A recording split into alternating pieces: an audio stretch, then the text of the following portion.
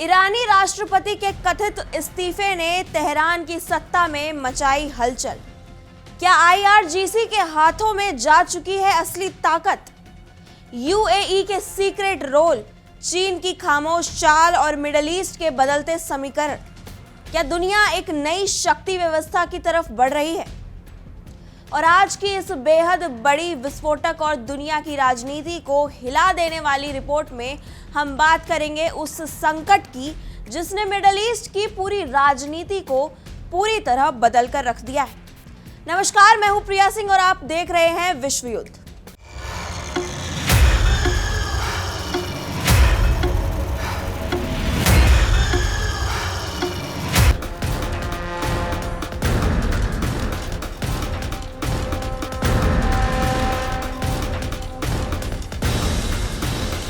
एक तरफ ईरान के राष्ट्रपति मसूद पज़ेश्कियान के कथित इस्तीफे की खबरों ने तेहरान की सत्ता को लेकर बड़े सवाल खड़े कर दिए हैं, तो दूसरी तरफ यूएई के उस कथित गुप्त रोल का खुलासा हो रहा है जिसने खाड़ी देशों की राजनीति में भूचाल ला दिया है। और इन सब के बीच एक ऐसा खिलाड़ी जो चुप है लेकिन शायद सबसे ज्यादा फायदा उठाने की स्थिति में है, चीन। जी हाँ, बिल्कुल दोस्तों, किसी भी देश में जब ये चर्चा शुरू हो जाए कि राष्ट्रपति के पास वास्तविक शक्ति नहीं बची है, तब समझ लेना चाहिए कि मामला सामान्य राजनीतिक विवाद से कहीं आगे निकल चुका है। हाल के दिनों में कई रिपोर्ट्स में दावा किया गया कि ईरानी राष्ट्रपति मसूद पज़ेश्कियान ने देश के सर्वोच्च नेतृत्व को अपना इस्तीफा भेज दिया है। रिपोर्ट्स में कहा गया कि राष्ट्रपति का मानना है कि फरवरी में शुरू हुए संघर्ष और उसके बाद बने हालात के चलते उनकी सरकार को बड़े फैसलों से अलग कर दिया गया है और अब वास्तविक नियंत्रण इस्लामिक रिवॉल्यूशनरी गार्ड काम्स यानी आईआरजीसी के प्रभावशाली कमांडरों के हाथों में पहुंच चुका है। भले ही ईरानी सरकार और राष्ट्रपति कार्यालय ने इन खबरों को खारिज कर दिया हो, लेकिन सिर्फ ऐसी खबरों का सामने आना भी अपने आप में बड़ा संकेत माना जा रहा है, क्योंकि ये पहली बार नहीं है जब ईरान में निर्वाचित सरकार और सुरक्षा प्रतिष्ठान के बीच शक्ति संतुलन को लेकर सवाल उठे हों। वर्षों से ये बहस चलती रही कि आखिर ईरान में अंतिम निर्णय कौन लेता है, राष्ट्रपति, सर्वोच्च नेता या फिर सुरक्षा और सैन्य संस्थान। अब एक बार फिर वही सवाल पूरी ताकत के साथ सामने खड़ा दिखाई दे रहा है और आज की इस बेहद बड़ी विस्फोटक, चौंकाने वाली और दुनिया की राजनीति को हिला देने वाली रिपोर्ट में हम बात करेंगे उस भूचाल की जो इस वक्त मिडिल ईस्ट की सत्ता, सुरक्षा और रणनीति के केंद्र में पैदा हो चुका है। क्योंकि आज सवाल सिर्फ मिसाइलों का नहीं है, सवाल सिर्फ इजराइल और ईरान का नहीं है, सवाल सिर्फ अमेरिका और उसके सहयोगियों का नहीं है, बल्कि सवाल उस पूरी शक्ति व्यवस्था का है जो दशकों से मिडिल ईस्ट को चलाती आई है। और इसी वजह से आज तेहरान से लेकर तेल अवीव तक, अबू धाबी से लेकर रियाद तक और वॉशिंगटन से लेकर बीजिंग तक हर राजधानी में बेचैनी दिखाई दे रही है। दोस्तों, दुनिया के इतिहास में कई बार ऐसा हुआ है जब किसी देश के भीतर की राजनीतिक हलचल ने पूरे क्षेत्र का भविष्य बदल दिया और आज ईरान को लेकर जो खबरें सामने आ रही हैं उन्हें भी उसी नजर से देखा जा रहा है।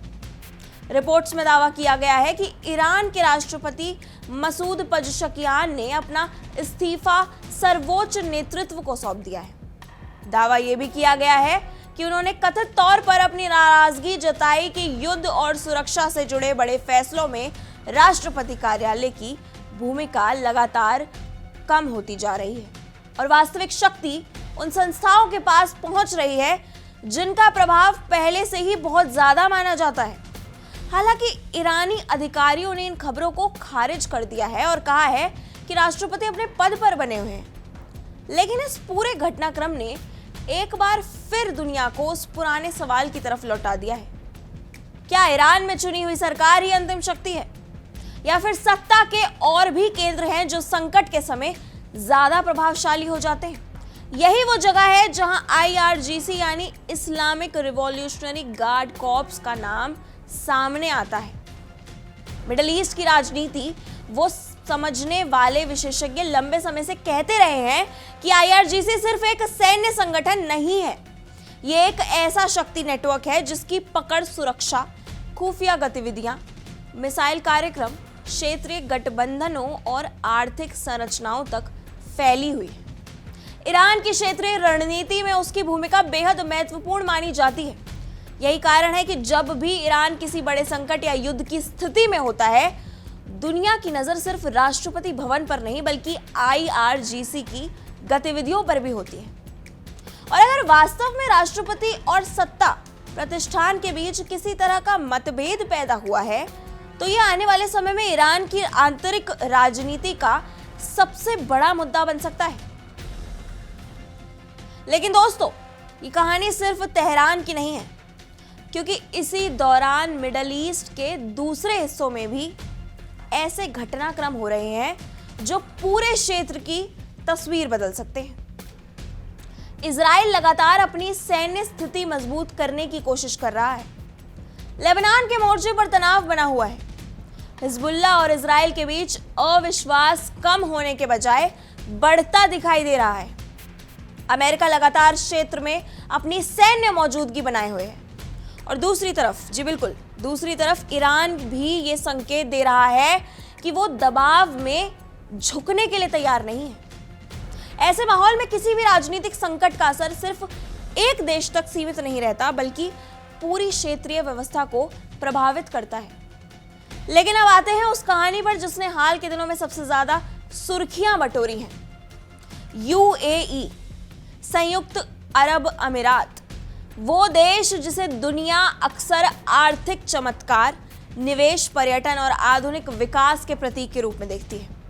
लेकिन हालिया रिपोर्ट्स में दावा किया गया है कि ईरान के खिलाफ चल रहे संघर्ष के दौरान यूएई की भूमिका उतनी सीमित नहीं थी जितनी सार्वजनिक रूप से दिखाई गई। रिपोर्ट्स में आरोप लगाया गया कि यूएई ने अमेरिका और इजराइल के साथ मिलकर कुछ रणनीतिक अभियानों में सहयोग किया। कुछ रिपोर्ट्स में यह भी दावा किया गया कि ईरान द्वारा खाड़ी क्षेत्र के ऊर्जा ढांचे और रणनीतिक परिसंपत्तियों को निशाना बनाए जाने के बाद अबू धाबी ने अपने सुरक्षा दृष्टिकोण में बड़ा बदलाव किया। अगर इन रिपोर्ट्स में सच्चाई का कोई हिस्सा भी है, तो इसका मतलब है कि मिडल ईस्ट की राजनीति एक नए दौर में प्रवेश कर चुकी है, क्योंकि वर्षों तक खाड़ी देशों की रणनीति का आधार आर्थिक विकास और क्षेत्रीय स्थिरता था। लेकिन अब ऐसा लग रहा है कि सुरक्षा और सैन्य संतुलन पहले से कहीं ज्यादा महत्वपूर्ण हो गए हैं। यूएई ये संदेश देना चाहता है कि वो सिर्फ आर्थिक शक्ति नहीं, बल्कि क्षेत्रीय सुरक्षा समीकरणों को प्रभावित करने वाली ताकत भी है। यही कारण है कि आज मिडिल ईस्ट में यूएई को पहले की तुलना में बिल्कुल अलग नजर से देखा जा रहा है। आइए विस्तार से समझने के लिए इस रिपोर्ट में चलते हैं हमारे सहयोगी आशीष के पास।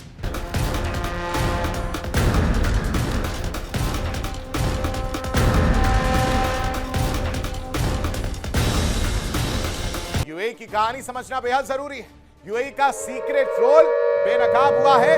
ये एक और बड़ी खबर, ईरान के खिलाफ यूएई की बड़ी भूमिका जो है वो देखने को मिल रही है। सीजफायर के बाद भी ईरान पर वार करने की बात निकलकर सामने आ रही है। तेहरान पर यूएई ने कई वार किए हैं।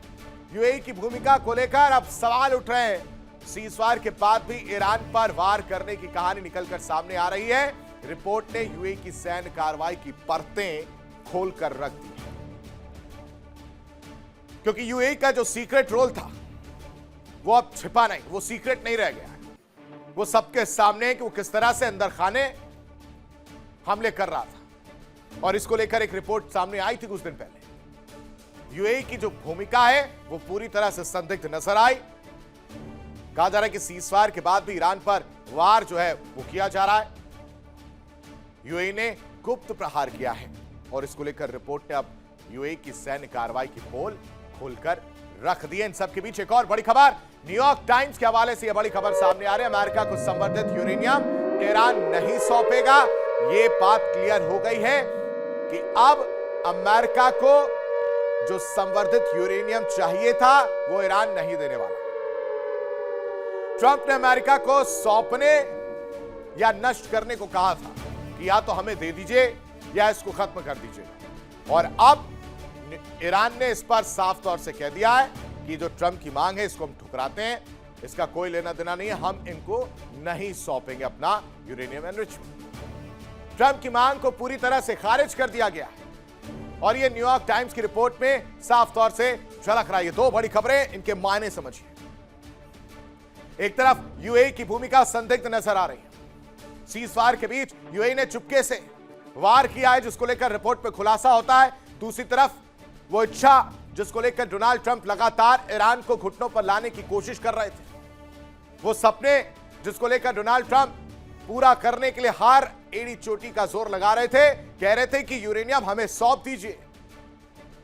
यूरेनियम को लेकर शर्तें रखी जा रही थी, प्रस्ताव रखे जा रहे थे, बातचीत हो रही थी, लेकिन इन सब पर एक साथ फुल स्टॉप लगाने का काम ईरान ने कर दिया। ईरान कह रहा है कि हम नहीं सौंपेंगे, हमारा संवर्धित यूरेनियम हमारे पास ही रहेगा। और ये जो हसीन सपने डोनाल्ड ट्रंप देख रहे हैं, ये कभी पूरे होने वाले नहीं हैं। ये न्यूयॉर्क टाइम्स की एक रिपोर्ट में खुलासा हुआ है। लेकिन दर्शकों, होर्मुज की खाड़ी और उस खाड़ी में अब सिर्फ तनाव नहीं है, बल्कि ताकत का खुला प्रदर्शन हो रहा है। अपनी अपनी ताकतें दिखाई जा रही हैं। ईरान के बंदरगाहों की नाकेबंदी के बीच अमेरिका ने ऐसा कदम उठाया जिसने पूरे मिडिल ईस्ट को फिर से सुलगा दिया है। ईरान की ओर बढ़ रहे कार्गो जहाज को अमेरिकी मिसाइल ने निशाना बनाया और देखते ही देखते उसका इंजन रूम तबाह हो गया। अमेरिका का दावा है कि जहाज बार बार चेतावनी के बावजूद नहीं रुका और इसलिए उसे डिसेबल करना पड़ा। अब सवाल यह है कि क्या सीजफायर सिर्फ कागज पर बचा है? क्या खाड़ी में फिर युद्ध की उल्टी गिनती शुरू हो चुकी है? क्योंकि होर्मुज में इस वक्त हाहाकार मचा है। अमेरिकी मिसाइल का वार एक बार फिर से एक कार्गो शिप को झेलना पड़ा है। टकराव तेज है।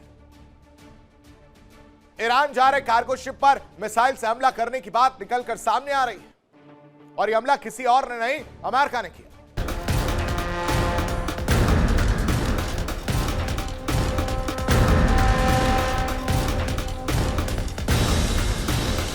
यहीं से कहानी में एक और बड़ा मोड़ आता है। सऊदी अरब और यूएई, दो ऐसे देश जिन्हें पिछले एक दशक में अक्सर एक ही रणनीतिक धुरी के रूप में देखा गया, लेकिन इस संघर्ष ने दोनों के बीच मौजूद अंतर को भी उजागर कर दिया। रिपोर्ट्स के अनुसार सऊदी अरब का मानना था कि क्षेत्रीय तनाव को सीमित रखना जरूरी है, क्योंकि युद्ध जितना लंबा चलेगा, तेल बाजारों और वैश्विक अर्थव्यवस्थाओं पर उसका असर उतना ही ज्यादा होगा। दूसरी तरफ यूएई अपेक्षाकृत अधिक सक्रिय और कठोर रुख अपनाता दिखाई दिया। इसका मतलब ये नहीं कि दोनों देशों के रिश्ते खराब हो गए, लेकिन इतना जरूर है कि दोनों की प्राथमिकताएं अब हर मुद्दे पर एक जैसी नहीं रही। और अब खाड़ी क्षेत्र की दो सबसे प्रभावशाली ताकतें अलग अलग रणनीति सोच रखने लगे तो उसका असर पूरी दुनिया महसूस करती है। लेकिन दोस्तों, अब बात उस खिलाड़ी की जिसे इस पूरी कहानी का सबसे बड़ा लाभार्थी भी कहा जा सकता है और सबसे बड़ा चिंतित पक्ष भी, चीन। जी हां, चीन। क्योंकि जब दुनिया अमेरिका, इजराइल, ईरान और यूएई को देख रही है, तब बीजिंग बहुत शांति से इस पूरे घटनाक्रम का अध्ययन कर रहा है। चीन जानता है कि मिडल ईस्ट उसके लिए सिर्फ एक भूगोल नहीं है, ये उसकी ऊर्जा सुरक्षा की रीढ़ है, ये उसकी आर्थिक वृद्धि की जीवन रेखा है, ये उसके बेल्ट और रोड इनिशिएटिव का महत्वपूर्ण हिस्सा है, ये उसके वैश्विक प्रभाव विस्तार की रणनीति का प्रमुख क्षेत्र है। और सबसे महत्वपूर्ण बात, बिल्कुल सबसे महत्वपूर्ण बात, गौर करिएगा इस पर, ईरान चीन का सिर्फ एक व्यापारिक साझेदार नहीं है। ईरान वो देश है जो चीन को ऊर्जा, रणनीतिक पहुंच और पश्चिमी प्रभाव के खिलाफ एक महत्वपूर्ण संतुलन प्रदान करता है। अगर ईरान राजनीतिक रूप से कमजोर होता है, अगर उसके भीतर सत्ता संघर्ष बढ़ता है, अगर उसकी अर्थव्यवस्था और दबाव में आती है, तो चीन के दीर्घकालिक हित भी प्रभावित हो सकते हैं। इसलिए बीजिंग लगातार ऐसी नीति अपनाने की कोशिश करता है जिसमें वो ईरान को भी खोए नहीं और खाड़ी देशों को भी नाराज ना करे। चीन यूएई में निवेश कर रहा है, चीन सऊदी अरब में निवेश कर रहा है, चीन ईरान के साथ रणनीतिक साझेदारी बढ़ा रहा है और यही वजह है कि आज मिडल ईस्ट में चीन की भूमिका पहले से कहीं ज्यादा महत्वपूर्ण हो चुकी है। कुछ विश्लेषकों का मानना है कि अगर अमेरिका और ईरान के बीच तनाव लंबे समय तक जारी रहता है तो चीन धीरे धीरे खुद को एक वैकल्पिक शक्ति केंद्र के रूप में स्थापित करने की कोशिश करेगा। वो ये दिखाने की कोशिश करेगा कि जहां अमेरिका सैन्य दबाव की राजनीति करता, वहीं चीन आर्थिक सहयोग और विकास की राजनीति करता है।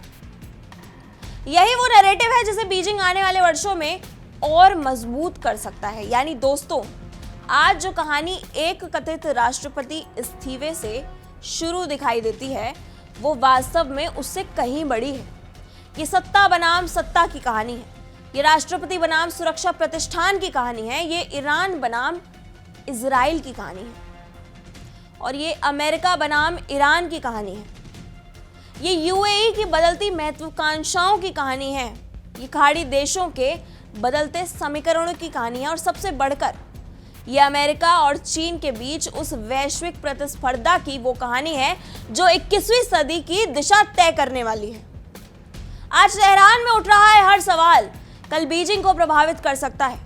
आज अबू धाबी में लिया गया हर फैसला कल वॉशिंगटन की रणनीति बदल सकता है। आज हॉर्मुज़ स्ट्रेट में पैदा हुआ हर तनाव कल पूरी दुनिया की अर्थव्यवस्था को झकझोर सकता है और यही वजह है कि मिडल ईस्ट में चल रहा ये संघर्ष सिर्फ क्षेत्रीय संकट नहीं रहा, ये वैश्विक शक्ति संतुलन की सबसे बड़ी परीक्षा बन चुका है। अब दुनिया इंतजार कर रही है, क्या ईरानी राष्ट्रपति के इस्तीफे की खबर किसी बड़े सत्ता संघर्ष का संकेत है? क्या आईआरजीसी का प्रभाव और बढ़ेगा? क्या यूएई की भूमिका को लेकर और खुलासे होंगे?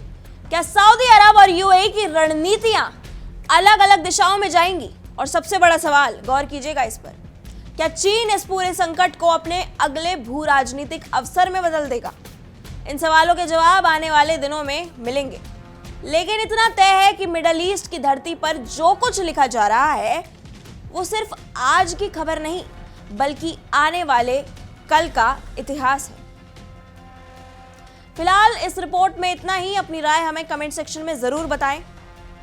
देश और दुनिया से जुड़ी तमाम बड़ी खबरों के लिए जुड़े रहिए इंडिया डेली के साथ और देखते रहिए हमारा खास शो विश्व युद्ध। देखिए इंडिया डेली 24/7 अब आपके स्मार्ट टीवी पर। इंडिया डेली मौजूद है सभी डिजिटल प्लेटफॉर्म पर लाइव और लगातार। इंडिया डेली 24/7 हर दिन राष्ट्र को समर्पित।